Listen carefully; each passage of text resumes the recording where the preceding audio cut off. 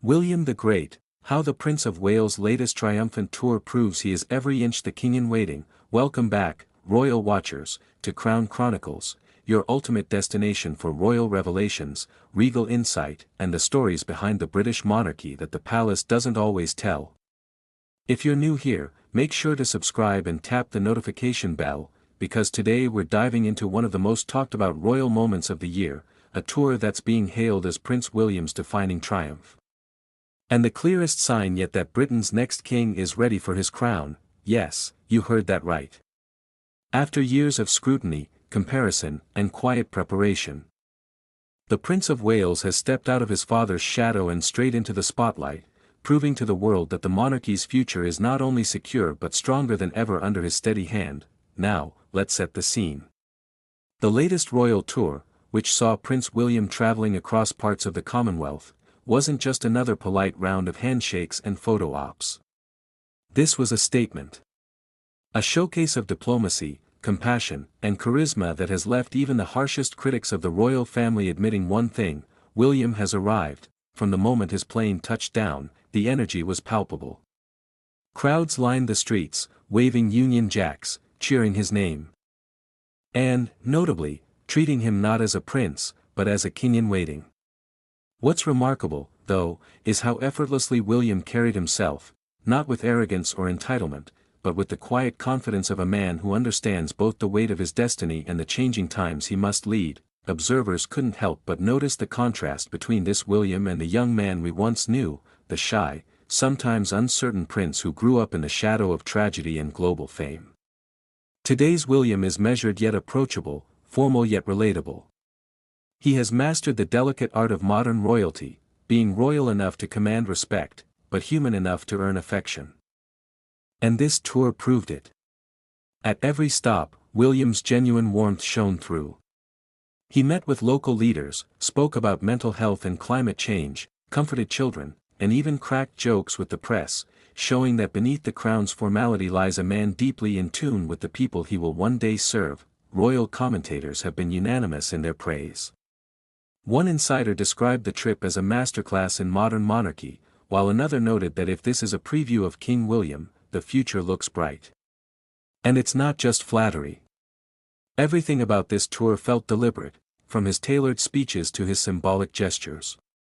Even the smallest details, like choosing locally made suits, referencing shared histories, and kneeling to greet children, sent a powerful message. This is a new kind of leadership. Behind the scenes, palace aides are reportedly thrilled. For months, King Charles has been easing William into more visible roles, and trusting him with greater responsibility as the monarch balances his own health and an ever-demanding schedule. This tour, many believe, was William's unofficial test, a chance to show the world he's ready to take the reins when the time comes, and he passed with flying colors. The crowds weren't the only ones impressed. International media outlets, often critical of the royal family's relevance, hailed William as the face of a revitalized monarchy. The Times called his visit a turning point for the modern crown, while others drew comparisons to his mother, the late Princess Diana, whose natural grace and empathy William seems to have inherited in full measure. Indeed, it's hard not to feel Diana's presence in moments like these. When William hugs a child or laughs with a volunteer, you can see glimpses of her, the people's princess, shining through. But make no mistake, William is his own man, blending his mother's compassion with his father's sense of duty and discipline. That balance, emotional yet steadfast, is what makes him uniquely suited for the throne. But let's not forget, this triumph comes at a pivotal time for the royal family. With King Charles's reign still finding its footing and public trust in the institution wavering, William's steady hand offers reassurance. He represents continuity, but also evolution. He's traditional enough to honor the crown, yet modern enough to redefine it. It's also impossible to ignore how much Catherine, the Princess of Wales, contributes to that success. Though she wasn't on every leg of this tour, her influence is everywhere, from William's polished demeanor to his empathetic tone.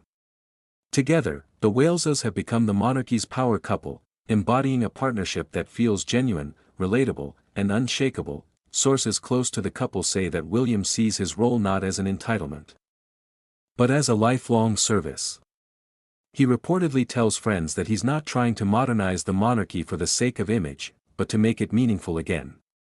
His focus on mental health, homelessness, and the environment isn't just for press, it's personal.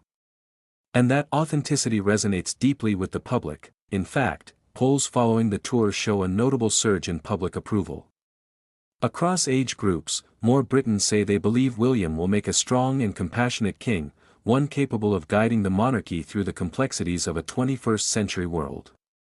Even younger audiences, often critical of royal traditions, have warmed to his straightforward, hands-on approach. And perhaps that's the real triumph here.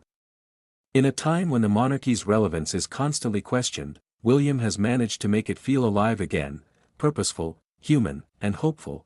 There's a powerful moment from the tour that's already gone viral, William kneeling down to speak with a little boy holding a drawing of the late Queen. The prince smiled, thanked him, and said softly, "Granny would have loved this."